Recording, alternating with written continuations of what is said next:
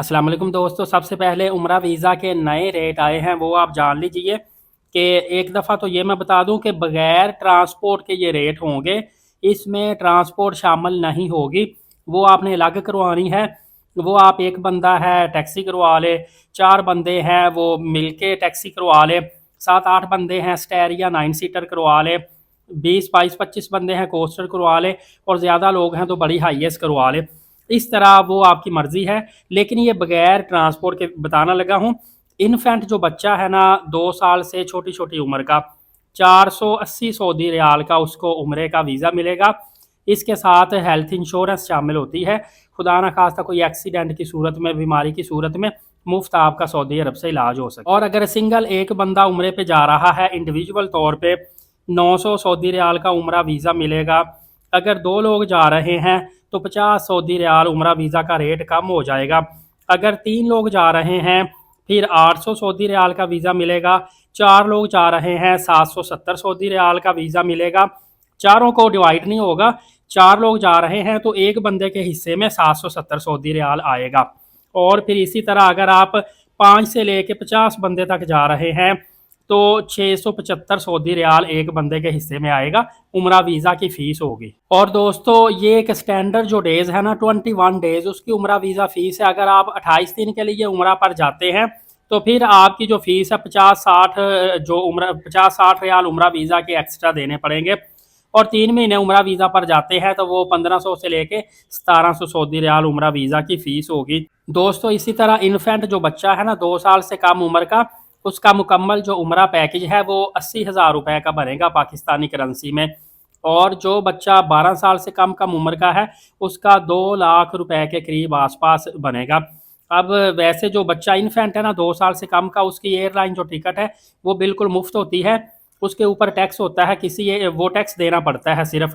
किसी एयरलाइन पे 18,000, किसी पे 20,000, किसी पे 22, किसी पे 23,000 टैक्स होता है। और इन्फेंट बच्चे का उम्रा वीज़ा फ़ीस मैंने आपको बता दी 480 सऊदी रियाल। वीज़ा फ़ी आलमोस्ट पूरी ही होती है, ट्रांसपोर्ट के अलावा होती है। और जो 12 साल से छोटा बच्चा होता है, 2 साल से ज़्यादा एज और 12 साल से कम का, उसकी एयरलाइन टिकट जो है उसमें मामूली सी कमी होती है, 20 से 25% उसको सस्ता टिकट मिलता है। फॉर एग्जाम्पल लाख वाला टिकट उसको 75,000 या 80,000 रुपये का मिलेगा। लेकिन जो इन्फेंट बच्चा है उसको सिर्फ टिकट के ऊपर टैक्स देना पड़ता है और कुछ भी नहीं। बाकी अडल्ट जो है इसकी टिकट पूरी होती है। जो मजदूर होता है ना व्हील चेयर वाला, बाज़ एयरलाइनों ने उसके ऊपर कोई स्पेशल डिस्काउंट रखा होता है 20% डिस्काउंट का। इसी तरह इन दिनों में उम्रा पैकेज जो कराची से चल रहा है, एक स्टैंडर्ड 21 दिन का डायरेक्ट एयरलाइन के साथ उम्रा पैकेज 2,30,000 से 35,000 का मिल रहा है।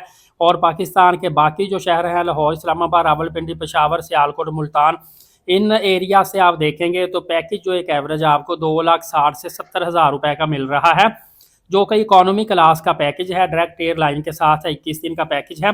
बाकी आप जितना सहूलियत बढ़ाते जाएंगे पैकेज महंगा होता जाएगा, जितना सहूलियत कम करेंगे पैकेज सस्ता होता जाएगा। एक मामला पेश आ रहा है, कुछ लोग कहते हैं कि हमारी 2 दिन 3 दिन बाद फ़्लाइट है, अभी तक उम्रा वीज़ा निकल कर नहीं आया। तो परेशान ना हुआ करें, उम्रा वीज़ा निकल कर आ जाता है, एक दिन पहले भी मिल जाता है। आजकल इस तरह ही डिले हो रहा है। और दूसरा मामला सेंड टू एम्बेसी केस का आ रहा है। जब हम लोग वीज़ा अप्लाई करते हैं तो ऊपर आ जाता है सेंड टू एम्बेसी, मतलब कि पासपोर्ट अपना एम्बेसी में भेजें, वहाँ से क्लियर करें, फिर आपका वीज़ा लगेगा, अदरवाइज़ नहीं लगेगा। इसमें आपके पैसे भी लगते हैं, डिले भी आता है। सेंड टू एम्बेसी केस किसी ना किसी सस्पेक्ट की बुनियाद पर आपका वीज़ा डिले होता है।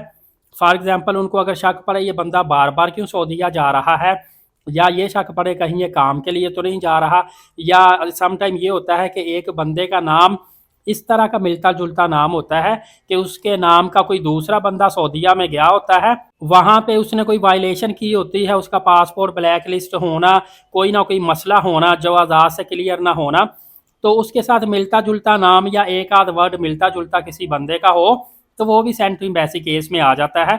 उसके लिए आपको अपनी जस्टिफिकेशन देनी पड़ती है, वेरीफाई करना पड़ता है, इस वजह से वीज़ा डिले होता है। इसलिए मैं कहता हूँ कि महीना आपके पास होता है उम्रा के लिए ट्रैवल करने का, तो उम्रा वीज़ा जितनी जल्दी हो आप अप्लाई कर दिया करें। और दोस्तों कुछ लोग इत्काफ में बैठने का पूछ रहे थे, तो एक एप्लीकेशन विजिटर के नाम से है, ज़ायरून भी इसको बोला जाता है।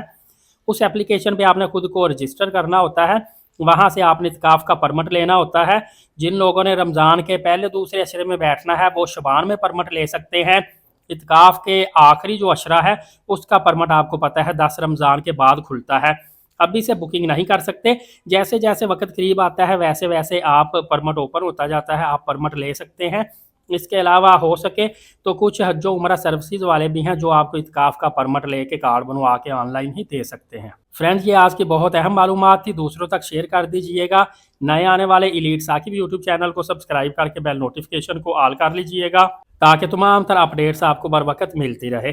नमाज कायम करें, नबी पाक सल्लल्लाहु अलैहि वसल्लम पे रोज़ाना कसरत से दुरूद पाक भेजा करें और कुरान पाक की तिलावत करते रहा करें। इंशाल्लाह अगली वीडियो में मिलेंगे। शुक्रिया, जज़ाकल्लाह।